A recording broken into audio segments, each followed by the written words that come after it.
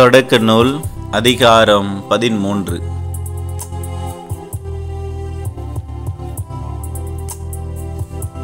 ஆகவே ஆபிராம் தம் மனைவியுடனும் தமக்குரிய எல்லாவற்றுடனும் எகிப்திலிருந்து நெகேபை நோக்கி சென்றார்.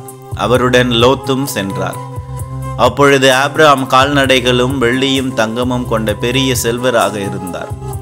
நெகேபிலிருந்து பெத்தேல் வரை படிப்படியாக பயணம் செய்து பெத்தேலுக்கும் ஆயிக்கும் இடையே முதலில் தம் கூடாரம் இருந்த அதே இடத்தை அடைந்தார். தாம் முதலில் பலிபீடம் அமைத்திருந்த இடத்தை அடைந்து அங்கே அவர் ஆண்டவரது திருப்பெயரை தொழுதார்.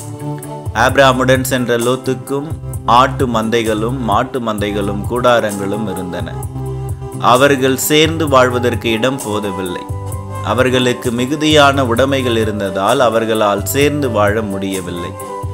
ஆபிராமின் கால்நடைகளை மேய்ப்போருக்கும் லோத்தின் கால்நடைகளை மேய்ப்போருக்கும் இடையே தகராறு ஏற்பட்டது. அப்பொழுது கானானியரும் பெரிசியரும் அந்நாட்டில் வாழ்ந்து வந்தனர். ஆபிராம் லோத்தை நோக்கி, எனக்கும் உனக்கும் என் ஆட்களுக்கும் உன் ஆட்களுக்கும் இடையே பூசல் ஏற்பட வேண்டாம், ஏனெனில் நாம் உறவினர். நாடு முழுவதும் உன் கண்முன் இருக்கின்றது அல்லவா? என்னிடமிருந்து பிரிந்து செல்லும்படி கேட்டுக்கொள்ளுகிறேன். நீ இடப்பக்கமாக சென்றால் நான் வலப்பக்கம் செல்வேன், நீ வலப்பக்கம் சென்றால் நான் இடப்பக்கம் செல்வேன் என்றார். லோத்து கண்களை உயர்த்தி எங்கும் நீர்வளம் சிறந்திருந்த யோர்தானின் சுற்றுப்பகுதியை கண்டார். சோகார் வரை அப்பகுதி ஆண்டவரது தோட்டம் போலும் எகிப்து நாட்டை போலும் இருந்தது.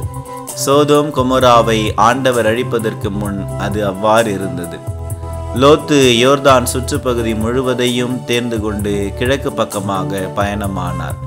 இவ்வாறு ஒருவரிடம் பிரிந்தனர். ஆபிராம் கானான் நாட்டில் வாழ்ந்து வந்தார்.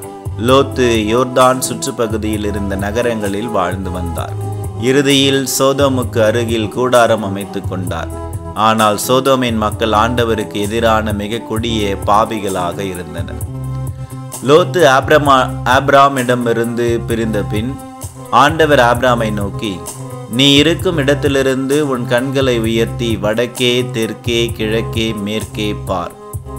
ஏனெனில் நீ காணும் இந்த நாடு முழுவதையும் உனக்கும் உன் வழிமரபினருக்கும் என்றென்றும் கொடுக்க போகிறேன். உன் வழிமரபினரை பூவுலகின் மண்ணை போல பெருகச் செய்வேன். ஆகவே பூவுலகின் மணலை ஒருவன் எண்ண முடியுமானால் உன் வழிமரபினரையும் எண்ணலாம்.